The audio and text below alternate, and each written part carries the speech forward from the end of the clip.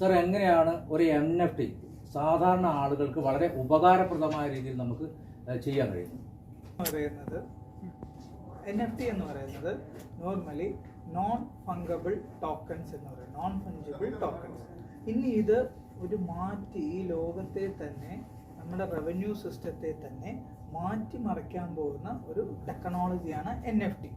സാധാരണ ഒരാൾക്ക് എങ്ങനെ NFT ഉപകാരപ്പെടുന്നു പറഞ്ഞാൽ, അങ്ങേര് ആദ്യം ഈ NFT വരുമ്പോൾ മുമ്പ് ഒരു ബ്ലോക്ക് ചെയിൻ സിസ്റ്റത്തിലോ ഒരു വാലറ്റ് സിസ്റ്റത്തിലോ ഒരു ഡീസെൻട്രലൈസ്ഡ് ഫിനാൻസ് എന്ന് പറയും, നമ്മുടെ ഇപ്പോൾ ഉള്ള ബാങ്കിങ് സിസ്റ്റത്തെയൊക്കെ മാറ്റിമറിക്കുന്ന ഒരു ടെക്നോളജിയാണ് ഡീസെൻട്രലൈസ്ഡ് ഫിനാൻസ്. അതിൽ നമ്മുടെ PVC മെറ്റാ സിസ്റ്റം എന്ന് പറയുന്നത് വൺ ഓഫ് ദ ബെസ്റ്റ് സിസ്റ്റമാണ്. അപ്പോൾ ആ സിസ്റ്റത്തിൻ്റെ ഒരു ഭാഗമായാൽ അങ്ങേർക്ക് ഈ സിസ്റ്റത്തിൻ്റെ, ഈ ബ്ലോക്ക് ചെയിൻ്റെ ഡിഫറെൻറ്റ് ടൈപ്സ് ഓഫ് വെറൈറ്റീസിൽ ഇൻകം സിസ്റ്റത്തിൽ ഒന്നാണ് NFT. അത് നോൺ ഫംഗബിൾ ടോക്കൺസ് എന്ന് പറയും. ഇതിനെ നമുക്ക് എന്തൊരു കാര്യത്തിനും നമുക്ക് NFT ആക്കാം. NFT എന്ന് പറയുന്നത് ഓരോ NFT-നും അതിൻ്റേതായ ഐഡൻറ്റിറ്റി. നമുക്ക് ജീവിതത്തിൽ ഏതൊക്കെ NFT ആക്കാം? ആർട്ട് ആവട്ടെ, നമ്മളൊരു വരയ്ക്കുന്ന ഒരു ആർട്ട് ഫോം ആവട്ടെ, അത് എനി ടൈപ്പ് ഓഫ് പിക്ചർ ആവട്ടെ, അല്ലെങ്കിൽ നമ്മളൊരു കഥകളിയുടെ ഒരു പിക്ചർ ആവട്ടെ, വീട്ടിൽ നമ്മുടെ പണ്ട് എന്തെങ്കിലും ഉണ്ടായിരുന്ന കളക്ടബിൾസ് ആവട്ടെ, നമ്മുടെ മുത്തശ്ശി യൂസ് ചെയ്യുന്ന ഒരു പഴയ ഒരു ആമപ്പെട്ടിയുണ്ട്, അതും നമുക്ക് കളക്ടബിൾസ് എന്ന് പറഞ്ഞിട്ട് NFT ആക്കാം. നമ്മളൊരു മ്യൂസീഷ്യനാണ്, നമുക്കൊരു നല്ലൊരു മ്യൂസിക് ചെയ്യാൻ പറ്റും, പിയാനോ, വീണ, തബല, ഏതൊരു മ്യൂസിക്, അതിനൊരു മ്യൂസിക് NFT ആക്കാം. അതേമാതിരി നമ്മുടെ കയ്യിൽ പണ്ടത്തെ കാര്യങ്ങളുടെയൊക്കെ ഒരു നമുക്ക് കിട്ടിയ ഒരു റിവാർഡ്സോ കാര്യങ്ങളുണ്ട്. നമ്മളൊരു പണ്ടൊരു ക്രിക്കറ്റ് മാച്ച് കാണുന്നു, ആ ക്രിക്കറ്റ് മാച്ചിൽ ഒരു ലീഡിങ് ക്രിക്കറ്റർ നമുക്ക് ഒപ്പിട്ട ഒരു ക്യാപ്പോ ടീഷർട്ടോ കാര്യങ്ങളുണ്ട്. അന്ന് നമുക്ക് അതിനെ ഒരു മെമ്മറീസ് എന്ന് പറഞ്ഞ രീതിക്ക് നമുക്കൊരു NFT ആക്കാം. NFT നമുക്ക് ജീവിതത്തിൽ ഏതൊരു കാര്യത്തെയും നമുക്ക് NFT ആക്കാം. ആ NFT-ന് അതിൻ്റേതായ പ്ലാറ്റ്ഫോമുകളുണ്ട്. ഇപ്പോൾ സാധാരണ ഒരു വീട്ടിൽ ഒരു കഴിവുകളുള്ള പല ആൾക്കാരുണ്ട്. നമ്മുടെ മക്കളാണെങ്കിൽ ഒരു പാട്ട് പാടാനോ ഒരു ആർട്ട് വർക്ക് ചെയ്യാനോ പല ആൾക്കാർ പലതും ഉണ്ട്. ഇപ്പോൾ നമ്മളൊരു വീട്ടിലാണെങ്കിലും നമ്മൾ ഒരു കാര്യം ചെയ്യുന്ന ഈ ഒരു കഴിവിനെ, ഒരു എബിലിറ്റിയെ നമുക്ക് NFT ആക്കി കൊണ്ടുവരികയും ചെയ്യാം. അത് ഈ ടോക്കൺ സിസ്റ്റത്തിൻ്റെ ഇതാക്കുമ്പോൾ അതിൻ്റേതായ NFT-യുടെ ഒരു വാല്യൂ രജിസ്റ്റർ ചെയ്യാം. NFT പ്ലാറ്റ്ഫോമിൽ നമുക്ക് അതിനെ സെല്ലിങ്ങിന് വെക്കാം. അങ്ങനെ ഒരു ഗ്ലോബൽ മാർക്കറ്റിൽ NFT-ക്ക് വളരെ പ്രാധാന്യമേറാണ്. ഒരുപാട് പേര് NFT കളക്ട് ചെയ്യുന്ന പേരുണ്ട്. അവരിതിനെ ഒരു മൂല്യമിടുകയും അതിന് നല്ലൊരു മൂല്യം നമുക്ക് ടോക്കൺ സിസ്റ്റത്തിലോ അല്ലെങ്കിൽ ക്രിപ്റ്റോ കറൻസിയിലൂടെ നമുക്ക് കിട്ടുകയും ചെയ്യും. പിന്നെ NFT-യുടെ ഏറ്റവും ഒരു പ്രാധാന്യം, ഒരു കുടുംബത്തിൽ ഒരു പാവപ്പെട്ട ഒരു പെയിൻറ്റർ ആവട്ടെ, ഒരു പാവപ്പെട്ട ഒരു ആർട്ടിസ്റ്റ് ആവട്ടെ, നമ്മുടെയൊക്കെ ഇന്ന് കേരളത്തിൽ അനേകം ആർട്ടിസ്റ്റുകളുണ്ട്. തബല ആർട്ടിസ്റ്റ് ആയാലും, നാടകത്തിലെ ആർട്ടിസ്റ്റുകളായാലും, മേളക്കാരായാലും, ഇതൊക്കെ അനേകം ആർട്ടിസ്റ്റുകളുണ്ട്. ഇവരൊക്കെ ചെയ്യുന്ന ഒരു പെർഫോമൻസിനെ ഒരു NFT ആക്കി ചെയ്താൽ നാളെ ആജീവനാന്തം ഈ NFT ഇത് ഒരു 10 വർഷം കഴിഞ്ഞും 10 ആൾക്കാരുടെ അടുത്ത് കൈമറിഞ്ഞു പോയാലും ഈ ക്രിയേറ്റർക്ക് ഒരു ഇനിഷ്യൽ പെർസെൻറ്റേജ് വയ്ക്കാം. ഞാനാണ് ഒരു ക്രിയേറ്റ് ചെയ്യുന്നത്, ഞാനൊരു ആർട്ടിസ്റ്റാണ്, ഞാനൊരു പെർഫോമൻസ് മ്യൂസിക് NFT ആയിട്ട് ചെയ്യുമ്പോൾ ഇനീഷ്യൽ എനിക്കൊരു 5% ഇത് ആര് വാങ്ങിച്ചാലും വേണം എന്ന് ഞാൻ വയ്ക്കുമ്പോൾ, ഇത് എത്ര വർഷം എടുത്താലും എത്ര ചെയിനിൽ കൂടി ഇത് മാറിപ്പോയാലും 10 വർഷം ഇനീഷ്യൽ ഞാനൊരു 5 PVC മെറ്റ നമ്മുടെ സിസ്റ്റത്തിൽ തന്നെ വെച്ചാലും നാളെ 10 വർഷം കഴിഞ്ഞ് ഇതൊരു 1000 PVC മെറ്റ കൈമാറിപ്പോയാലും ഈ ഓരോ വാശിയും മാറുമ്പോഴും എനിക്ക് 5% ഓണർഷിപ്പ് പെർസെൻറ്റേജ് എന്ന് പറയുന്നത് എനിക്ക് സുനിശ്ചിതമായി കിട്ടിക്കൊണ്ടിരിക്കും. പിന്നെ NFT-നെ നമുക്ക് ഈ ഡീസെൻട്രലൈസ്ഡ് ഫിനാൻസിൽ പല രീതിക്കും യൂസ് ചെയ്യാം. നമുക്ക് ഒരു ഗോൾഡ് ഉണ്ടെങ്കിൽ ഗോൾഡ് ലോണായിട്ട് യൂസ് ചെയ്യണ മാതിരി NFT-നെ നമുക്ക് ഡീസെൻട്രലൈസ്ഡ് എക്സ്ചേഞ്ചസിന് വെച്ചിട്ട് ലെൻഡിങ് ആയിട്ട് യൂസ് ചെയ്യാം പല രീതിക്ക്. അതിനെ ഏറ്റവും വലിയ അതിൻ്റെ ഒരു അഡ്വാൻറ്റേജ് എന്ന് പറഞ്ഞാൽ ഒരു NFT-യെ നമുക്ക് ഭാഗികമായി യൂസ് ചെയ്യാം. അതിനെ ദാറ്റ് മീൻസ് ഫ്രാക്ഷണൽ ഓണർഷിപ്പ് എന്ന് പറയും. അതിന് ഭാഗികമായി നമുക്ക് എങ്ങനെ വേണമെങ്കിൽ എൻകാഷ് ചെയ്യാം, ഫുള്ളായിട്ട് എൻകാഷ് ചെയ്യാം. അല്ല, ഒരു ഭാഗത്തിന് നമുക്ക് ഒരു ആവശ്യത്തിന് എൻകാഷ് ചെയ്യാം, ഒരു ഭാഗത്തെ നമുക്ക് വേറെ ഒരു ആവശ്യത്തിന് ഡിഫീഡ് അകത്തിരിക്കുന്ന ഏതൊരു പ്രോസസ്സിനും ഇങ്ങനെ എൻകാഷ് ചെയ്യാം. അപ്പോൾ വളരെ ഈസിയായി നമ്മുടെ കേരളത്തിൽ ഉള്ള പല എബിലിറ്റീസ് ഉള്ള ആൾക്കാർക്ക് നാളെ NEFTയിലേക്ക് വരികയും അത് നമ്മുടെ ടോക്കൺ സിസ്റ്റത്തിൻ്റെ ലൂടെ വന്നു കഴിഞ്ഞാൽ അവർക്ക് അത്രയും സെക്യൂർഡ് ആയിട്ട് വരാനും അതിനെ എൻകാഷ് ചെയ്യാനും പറ്റും. Okay, thank you sir. ഈ PVC മെറ്റ എന്ന് പറയുന്ന ഈ മൾട്ടി പർപ്പസ് ടോക്കൺ, ഇതുമായി ബന്ധപ്പെട്ട് പേൾവെയിൻ ഇന്റർനാഷണൽ എന്ന് പറയുന്ന സിസ്റ്റം 2015 നിലവിൽ വന്നു. സാറിൻ്റെ അഭിപ്രായത്തിൽ പേൾവെയിൻ ഇന്റർനാഷണൽ എന്ന് പറയുന്ന ഈ പ്രൊജക്റ്റിൽ ജോയിൻ ചെയ്യുന്ന ആളുകളെ സംബന്ധിച്ച് എങ്ങനെയാണ് അവരുടെ ജീവിതം വലിയ രീതിയിൽ മാറ്റങ്ങൾക്ക് വിധേയമാകുന്നത്? PVC മെറ്റ എന്ന് പറയുന്നത് നമ്മുടെ നിങ്ങൾക്കെല്ലാം അറിയുന്നതായ പല ഫേമസ് ഫാമിലിയായ ഒരു റോത്ത്ഷൈൽഡ് ഫാമിലിയുടെ കീഴിൽ നിന്ന് വരുന്ന ഒരു പ്രൊജക്റ്റാണ് PVC മെറ്റ. പല മേജർ കോയിൻസ് ആയ ബിറ്റ് കോയിൻ ആയാലും എത്തീരിയം ആയാലും പല മേജർ സൊളാനോ ഇതെല്ലാം ഈ ഫാമിലിയിൽ നിന്ന് വന്നതാണ്. നമുക്ക് അറിയാം, സീക്രട്ട് സൊസൈറ്റി എന്നൊക്കെ നമ്മൾ ഗ്ലോബലി അറിഞ്ഞിട്ടുണ്ടാവും. പല പ്രൊജക്റ്റുകളിലും ഉന്നത തലത്തിൽ ഇൻവെസ്റ്റ്മെൻ്റ് ഉള്ള ഒരു ഫാമിലിയുടെ കയ്യിൽ നിന്ന് വന്ന ടോക്കണാണ്. പിന്നെ എന്തുകൊണ്ട് ഇതൊരു ടോക്കൺ ആവുന്നെന്ന് പറഞ്ഞാൽ, ഒരു ടോക്കണെ നമ്മൾ ഒരു ബ്ലോക്ക് ചെയിൻ്റെ ഒരു ലെയറിൽ ഉണ്ടാക്കുന്ന ഒരു ഫസ്റ്റ് ലെയറിൽ ഉണ്ടാക്കുന്ന ക്രിപ്റ്റോ കോയിൻ എന്ന് പറയും. ആ ക്രിപ്റ്റോ കോയിനെ ബേസ് ചെയ്ത് ഉണ്ടാക്കുന്നതാണ് ടോക്കൺസ്. അപ്പോൾ ഒരു ക്രിപ്റ്റോ കോയിന് നമുക്ക് അതിൻ്റേതായ യൂസേജിലേക്ക് നമുക്ക് യൂസ് ചെയ്യാൻ പറ്റുള്ളൂ. ഇപ്പോൾ ബിറ്റ് കോയിൻ ആണെങ്കിൽ ബിറ്റ് കോയിന് കുറച്ച് യൂസേജ് പറഞ്ഞിട്ടുണ്ടാകും, ആ യൂസേജേ നമുക്ക് ചെയ്യാൻ പറ്റുള്ളൂ. ബട്ട് ഒരു ടോക്കൺ ആണെങ്കിൽ ഒരു ടോക്കണെ നമുക്ക് ഇൻട്രോപയറബിലിറ്റി എന്ന് പറയും. ഏതൊരു സിസ്റ്റം നാളെ നൂതന ടെക്നോളജി ആയ ഗെയിമിംഗ് ആയാലും NFT ആയാലും പ്ലേ ആൻഡ് ഏൺ ഗെയിംസ് ആയാലും നമുക്ക് റിയൽ എസ്റ്റേറ്റ് ആയാലും വെർച്വൽ റിയൽ എസ്റ്റേറ്റ് ഏതൊരു ഈ ടോക്കണെ നമുക്ക് പല രീതിക്ക് നമുക്ക് യൂസ് ചെയ്യാൻ പറ്റും. ഡിഫറെൻറ്റ് ടൈപ്സ് ഓഫ് ടോക്കൺസ് ഉണ്ട്. Utility token, governance token, reward token. അത് നമ്മുടെ PVC മെറ്റ എന്ന് പറയുന്നത് ബൈനാൻസിൻ്റെ BEP20 എന്ന് പറഞ്ഞ ഒരു ബ്ലോക്ക് ചെയിനിലാണ് ഉണ്ടായിരിക്കുന്നത്. അപ്പോൾ ഇത് എന്താണ് ഇതിൻ്റെ ഒരു എത്തീരിയം, നമ്മൾ എന്ന് പറഞ്ഞ മാതിരി ഇതിനൊരു ക്രിപ്റ്റോ കറൻസിയുടെ എംപവർമെൻ്റ് പറഞ്ഞാൽ എത്തീരിയത്തിൻ്റെ എംപവർമെൻറ്റിൻ്റെ. പിന്നെ ഒരു ടോക്കൺ എപ്പോഴും ഒരു സ്റ്റേബിൾ കോയിനെ ബേസ് ചെയ്തായിരിക്കും. നമ്മുടെ സ്റ്റേബിൾ കോയിൻ എന്ന് പറഞ്ഞാൽ USDT ആണ്. അപ്പോൾ ഒരു USDT എന്ന് പറയുന്നത് US ഡോളറെ ബേസ് ചെയ്താണ്. നമുക്കെല്ലാം അറിയാം, US ഡോളർ എന്ന് പറയുന്നത് ഇന്ന് വേൾഡിലെ ലീഡിങ് കറൻസിയാണ്. അപ്പോൾ ഒരു ഡോളറിൻ്റെ ഏറ്റത്താഴ്വിനെ പെട്ടെന്നൊരു ഉയർച്ചയോ താഴ്ചയോ ഒരു US ഡോളറെ ബാധിക്കില്ല. അതേമാതിരി തന്നെ അതിനെ റിലേറ്റ് ചെയ്ത സ്റ്റേബിൾ കോയിനും അങ്ങനെ പെട്ടെന്നൊരു ഏറ്റത്താഴ്വ് ഉണ്ടാവില്ല. അപ്പോൾ ക്രിപ്റ്റോ ഫീൽഡിൽ പെട്ടെന്ന് നമുക്ക് എല്ലാവർക്കും ഒരു റിസ്ക് ഫാക്ടർ എന്ന് പറയുന്നത് ഇതിൻ്റെ പ്രൈസ് പെട്ടെന്ന് ഹൈക്കാവുകയും പെട്ടെന്ന് താഴും.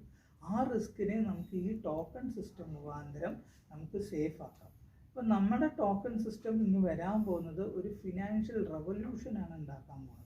അതുകൊണ്ടാണ് അതിനെ ഫ്യൂച്ചർ ഓഫ് മണി എന്ന് പറയുന്നത്. അപ്പോൾ നമുക്ക് ഏതൊരു മേഖലയും നമ്മൾ ഒരു ചെറിയൊരു സൂചി വാങ്ങിക്കില്ലെങ്കിൽ നാളെ നമുക്കൊരു കാറ് വാങ്ങിക്കാൻ വലിയ വിലയുള്ള കാറുകൾ വാങ്ങിക്കാനും നമുക്ക് ഈ ടോക്കൺ സിസ്റ്റത്തെ നമുക്ക് യൂസ് ചെയ്യാം.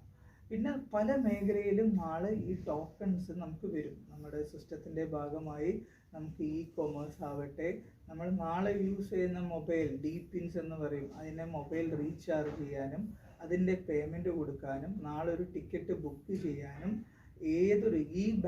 ഒരു ബാങ്കിങ് എങ്ങനെയാണോ നടക്കുന്നത് ആ ബാങ്കിങ്ങിൽ എന്തൊക്കെ പ്രോസസ്സ് ഉണ്ടോ അതെല്ലാം നമുക്ക് ഈ token system digital banking wallet ബാങ്കിങ്ങിലൂടെ ഒരു സിസ്റ്റത്തിലൂടെ തന്നെ നമുക്ക് സിസ്റ്റത്തെ കൊണ്ടുവരാം.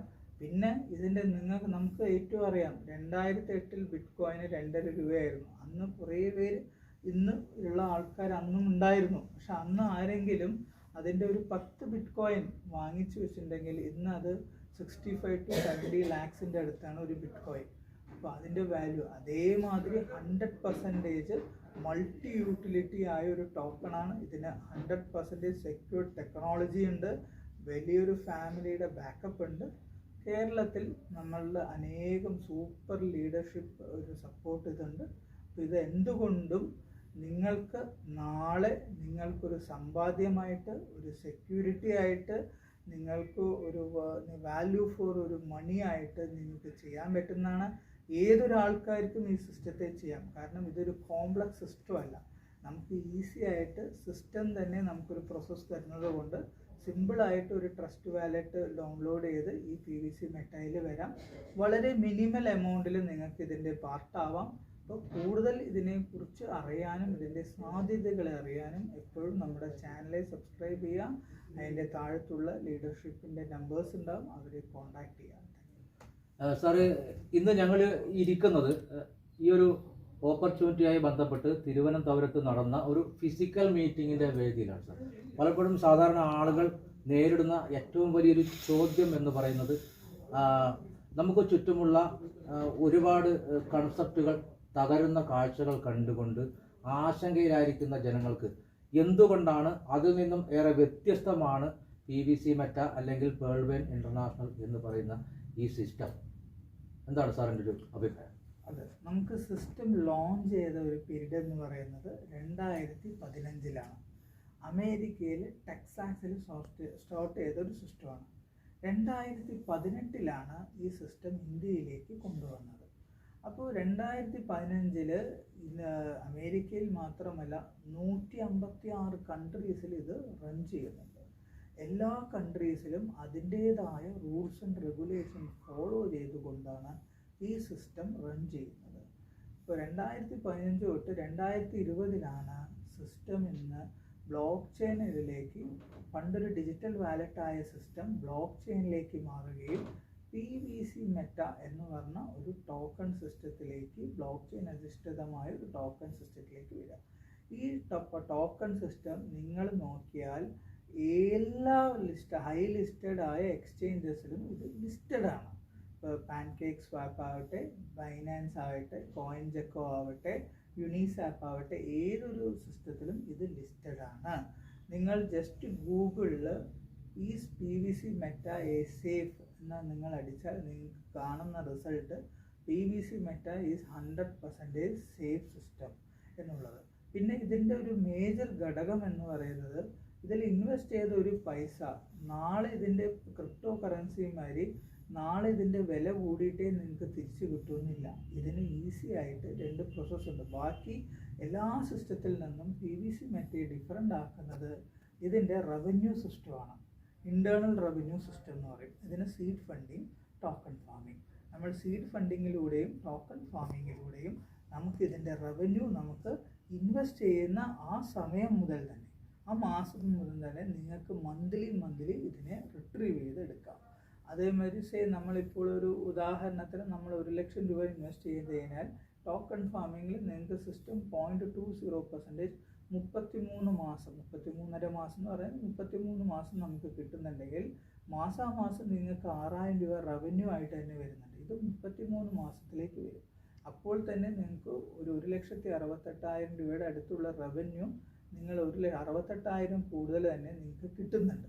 ഇത് നിങ്ങളൊരു ബാങ്കിങ്ങിലോ ഏതിലിട്ടാലും നിങ്ങൾക്ക് വർഷത്തിൽ ഒരു 6,500 1 ലക്ഷത്തിന് കിട്ടാൻ പോകുന്നത്. അതുകൂടാതെ സിസ്റ്റം തന്നെ 15% കരുതൽ ധനമായി നിർത്തുമ്പോൾ ബാക്കിയുള്ള 29,000 നിങ്ങൾക്ക് ഡിജിറ്റൽ കറൻസി ആയിട്ട് നിങ്ങളുടെ സിസ്റ്റത്തിൽ ഉണ്ടാവും. അത് നിങ്ങൾ പല രീതിക്ക് നിങ്ങൾക്ക് യൂട്ടിലൈസ് ചെയ്യാം. അപ്പോൾ ഇത് എന്തുകൊണ്ടും സേഫ്, സെക്യൂർഡ്. പിന്നെ ഇത് 85 ലക്ഷം ഇത് ഇന്ത്യയിൽ യൂസേഴ്സ് ഉണ്ടായിരുന്നു. കേരളത്തിലും ഇന്ന് അനേകം ലീഡേഴ്സ് ഈ സിസ്റ്റത്തിലൂടെ വന്ന് മാസം 5 ലക്ഷവും 1 ലക്ഷം 2 ലക്ഷമുള്ള സിസ്റ്റം സമ്പാദിക്കുന്നുണ്ട്. പിന്നെ നമുക്കൊരു യുണീക്ക് ലീഡർഷിപ്പ് ഉണ്ട്. അതുകൊണ്ട് unique system of revenue system ഉണ്ട്. ബാക്കിയുള്ള ഏതൊരു കറൻസി വിട്ടിട്ടും നമുക്ക് അതിൻ്റെ എക്സ്ചേഞ്ച് മാത്രമല്ല, ഇതിൻ്റെ നമുക്ക് സീഡ് ഫണ്ടിങ്, ടോക്കൺ ഫാമിംഗ്, അങ്ങനെ ഒരു റവന്യൂ സിസ്റ്റം നമുക്ക് വെച്ചിട്ടുണ്ട്. അപ്പോൾ ഇതെല്ലാം ഇതിനെ സേഫ് ആൻഡ് സെക്യൂർ ആണ്. ഇന്ന് വരെ എല്ലാവർക്കും അവരുടെ റവന്യൂ കിട്ടിയിട്ടുണ്ട്. അപ്പോൾ അത് തന്നെ ഇതിൻ്റെ ഒരു വലിയൊരു സാക്ഷിയാണ്. എത്രയോ പേര് ഇതിലൂടെ രക്ഷപ്പെട്ടിട്ടുണ്ട്. അപ്പോൾ ഈ ഒരു സിസ്റ്റം 100% ജെന്യുയിൻ ആണ്. അതിൻ്റെ റെക്കഗ്നൈസേഷൻ കാര്യങ്ങളെല്ലാം നമുക്ക് സിസ്റ്റം തന്നെ പറയുന്നുണ്ട്. ഇന്ത്യയും അതിനുള്ളതായ റെക്കഗ്നൈസേഷൻ എല്ലാം ഉണ്ട്. അതുകൊണ്ട് മാത്രമാണ് നമുക്ക് ഈ സിസ്റ്റം ഇന്ത്യയിലൂടെ നമുക്ക് എൻകാഷ് ചെയ്യാനും കാര്യങ്ങളെല്ലാം പറ്റുന്നത്. ഫ്യൂച്ചർ ഈ സിസ്റ്റത്തിലൂടെയാണ്. ഇതെന്തായാലും നിങ്ങളെല്ലാം ഈ ഒരു സിസ്റ്റത്തിൻ്റെ ഭാഗമാവുക.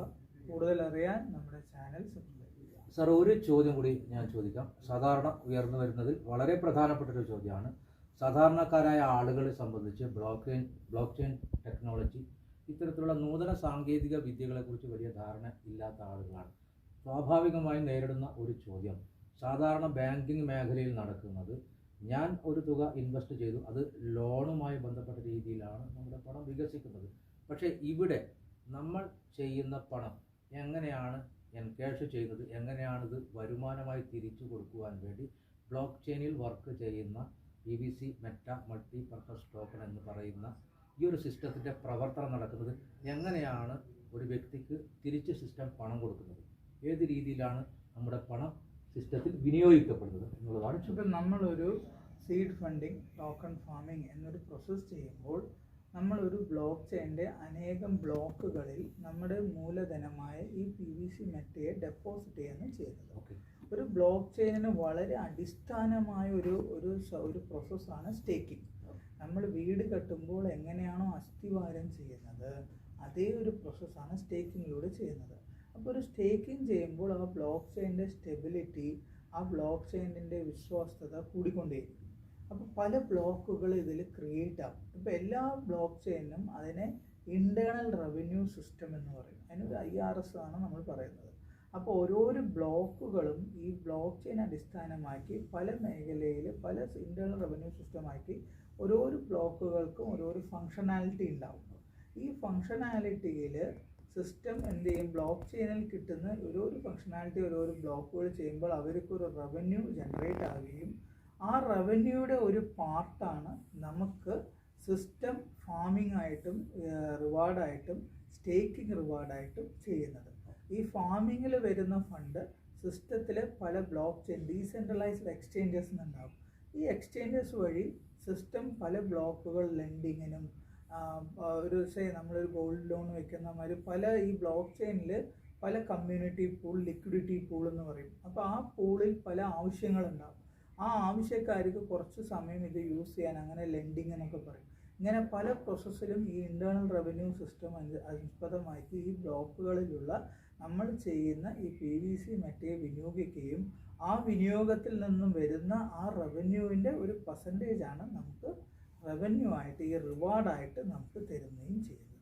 ഈ റിവാർഡ് നമുക്ക് സുനിശ്ചിതമാണ്. ഈ റിവാർഡ് ഇന്നേ വരെ PVC മെറ്റ 2020 വന്ന് ലോഞ്ച് ചെയ്തിട്ട് ഇന്ന് 2024 വരെ ഇന്ത്യയിലുള്ള അനേകം പേർക്കും ഡെയിലി റിവാർഡുകൾ കറക്റ്റായിട്ട് വരുന്നുണ്ട്. ഇർറെസ്പെക്റ്റീവ് ഓഫ് നമ്മുടെ ടോക്കണിൻ്റെ പ്രൈസ് കുറച്ചലോ അല്ലെങ്കിൽ അതിനെ ഹൈക്കാവുന്നതിൻ്റെ തോതിലല്ല, നമുക്ക് നിശ്ചിതമായി ഈ IRSനെ ബേസ് ചെയ്തിട്ടാണ് നമുക്കിത് വരുന്നത്.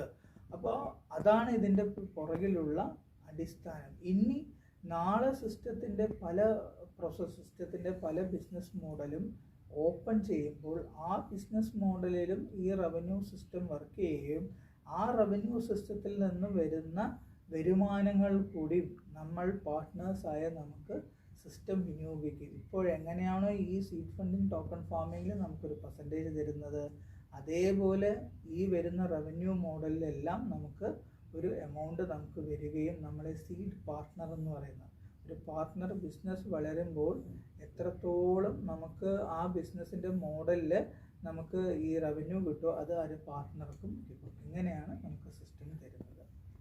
Okay sir, thank you.